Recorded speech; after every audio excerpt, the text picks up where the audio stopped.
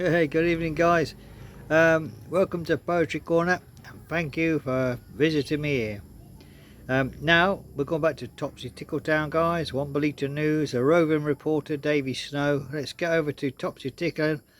Now, this is part 2 of the Parade of Peculiar People. This one is called The Parade and the Spud Ending, part 2. So here we go, guys. The grand and slightly wobbly finale, the parade was in full swing, or rather it wiggled, when the trouble began.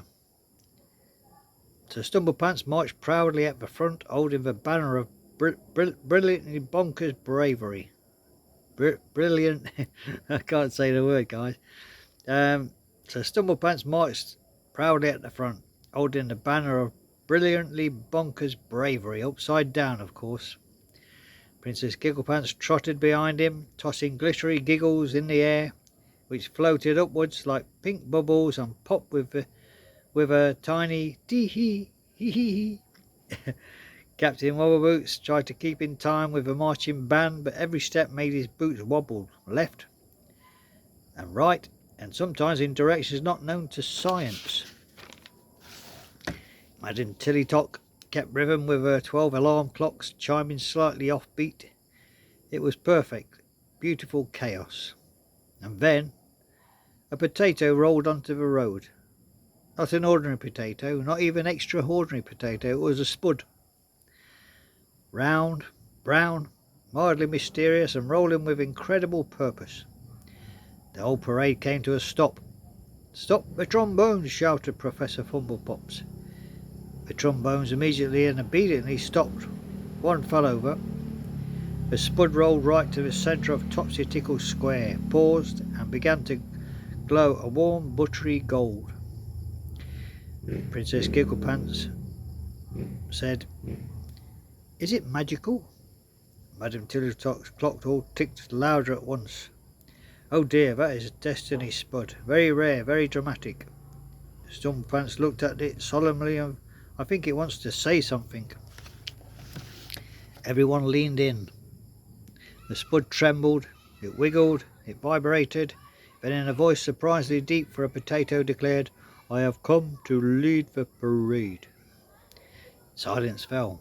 Then Captain Wobbleboot saluted the potato. "Well, who am I to argue with fate?" The crowd cheered. The marching band struck up again, slightly off key, but with enthusiasm.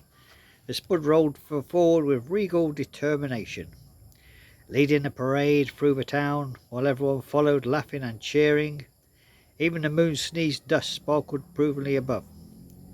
And as the parade made its final loop around the Topsy Tickle fountain, the spud posed on a tiny pedestal, probably placed there by a mischievous fate, and hummed contentedly. The princess curtsied and said, "We thank you, noble spud." Stumblepants placed a tiny crown, lightly borrowed from a cupcake, on top of it. And the whole town cried out, "Long live the spud!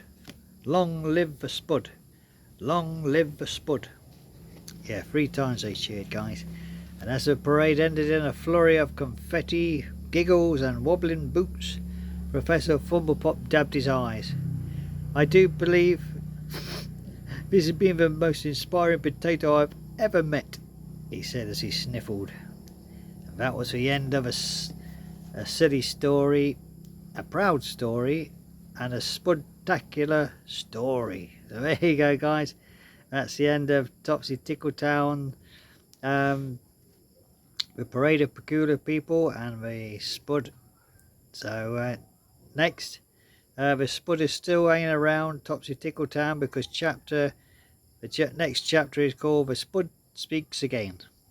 The spud speaks again. So join me that Saturday evening, guys. But tomorrow we're going back to the seaside, and we're going back to Greycliff for a lighthouse keeper's tale.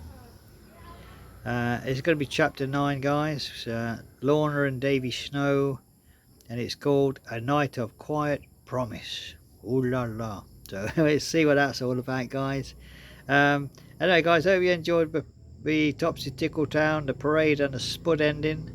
He's still hanging around because he's in the next episode, so we'll see what that's all about Saturday evening. But Saturday morning, Sabado, we were going to Greycliff for the Lighthouse Keeper's Tale, Chapter 9, A Night of Quiet Promise. So let's see what that's about, guys, tomorrow, Saturday morning. Join me for that.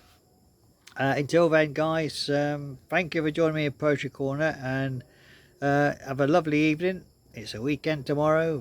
This is Friday, the gateway to the weekend, so yippoo, as they say in Topsy Tickle Town. Anyway, guys, take care now and enjoy your Friday evening. Some of you can rest tomorrow. You might have a day off from work, from Traberhole is it in Tagalog, of work, Traberhole the man. Now, guys, now we've done our story, we can have a nice slug of coffee. I've got my faithful mug there, look, with my racehorses on it. I always have a mug with racehorses on it because I used to work with horse racing. I used to look after horses when I was younger, racehorses. So this is and this actually is my cup from work. So when I retired, I brought it with me for sentimentality. But anyway, guys, that's just use of information for you guys. But what we say is, it's Topsy Tickle Town before coffee, and it's a lighthouse keeper's tale before coffee too. Davy Snow signing off. Boy, there you go, guys. Have a slug. Lovely. So for me, Captain Davy Snow, bon voyage. So there you go, guys. Take care now, and thank you for joining me in Poetry Corner. Hope you enjoyed this story. Join me for more Saturday evening, but we're going to the seaside tomorrow for more tales from Greycliff Lighthouse. Okay, bye guys. Take care, and have a lovely evening. Stay safe. God bless us all. Bye bye.